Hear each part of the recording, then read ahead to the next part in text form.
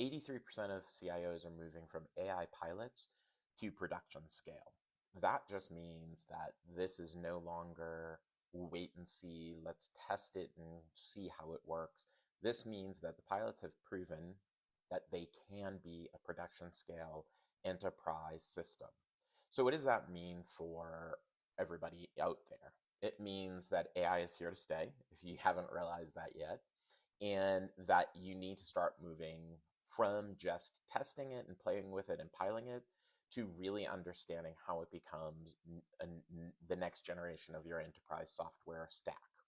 So a couple of things. I think that customers are moving rapidly, and sometimes when you move rapidly, you kind of miss the mark.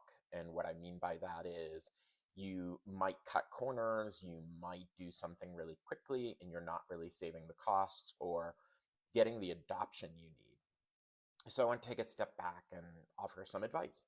So first of all, if you're going to start replacing softwares, I say you start looking at your software stack, and I look at everything that's coming up for renewal.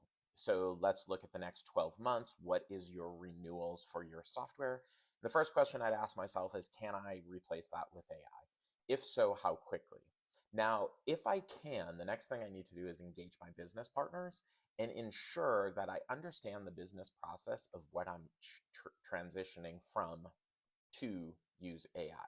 Now, I want to be clear, AI sometimes gets confused with just these big LLMs, ChatGPT, Gamma, so on, Copilot.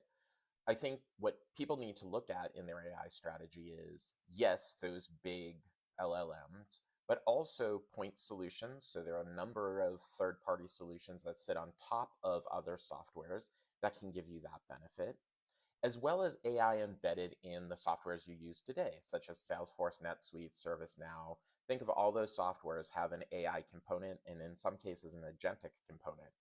So once you figure out which software you're going to use, you want to work with your business partners to understand what business processes you are changing. If you want to go full agentic, that means you're replacing a human doing a job. That means they have to do, they meaning the system, the AI bot or chat, has to do the same thing this human does. So your customer experience isn't impacted. So working with your business partners to ensure that you understand what you are transitioning. Then the next thing is a lot of people are asking for ROI.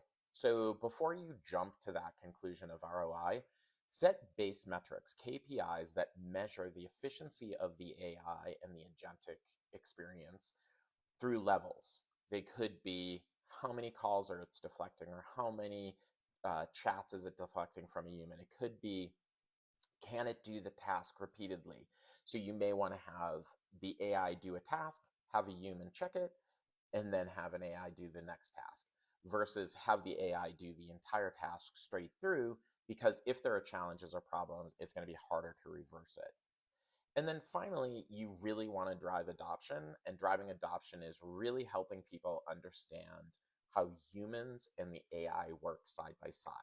So through your process design, you want to think about how you can inject the human within the process, but how the AI can gradually become more efficient. Now, there's a lot of strategies, a lot of nuances to all of this, but it's a good place to start. You want to learn more? We'd love to talk to you about it. Thanks.